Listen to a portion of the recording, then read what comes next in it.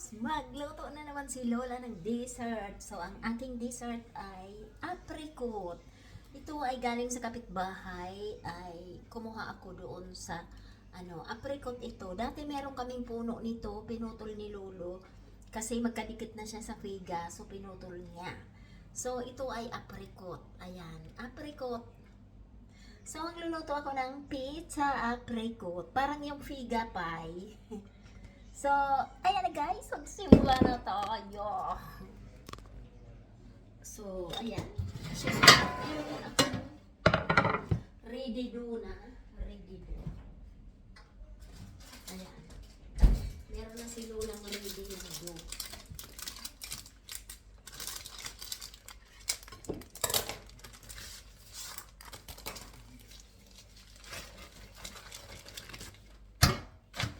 Ayan. Ready na yan. So, ako'y maghihiwa na lang ng aking... So, ilagay na natin dyan. So, ito na siya.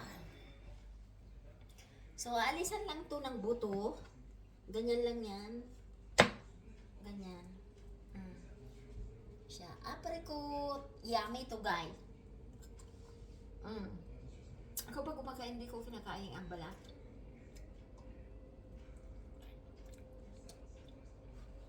Apricot. So, ganyan. So, ganyan lang. Yummy. Bigay ito ng kapitbahay. So, ang isang apricot ay gagawin ko lang 4. So, hiralahin ko lang ng ganyan.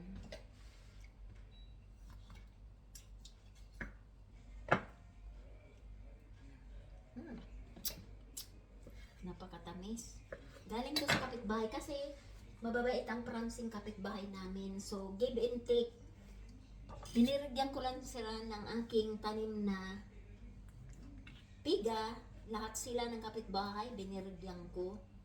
Ngayon, meron namang piga ang kapitbahay.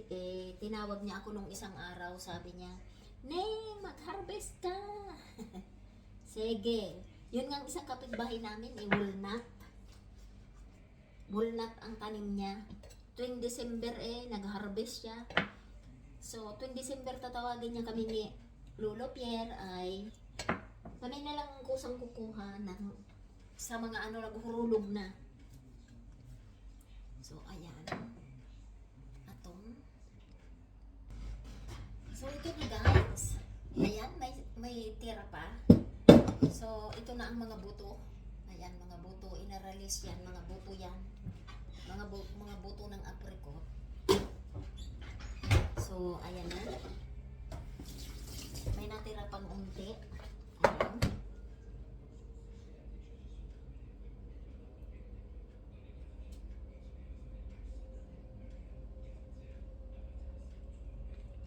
So, ayan na.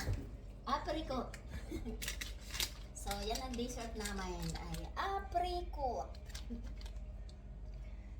So, yan na. Ilalagay ko na yan sa oven ang apricot ng Lola.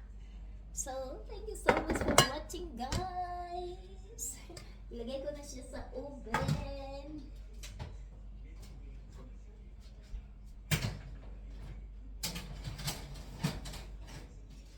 Ayan. Yan na naman ang another cooking ng Lola. Thank you so much for watching. I love you all.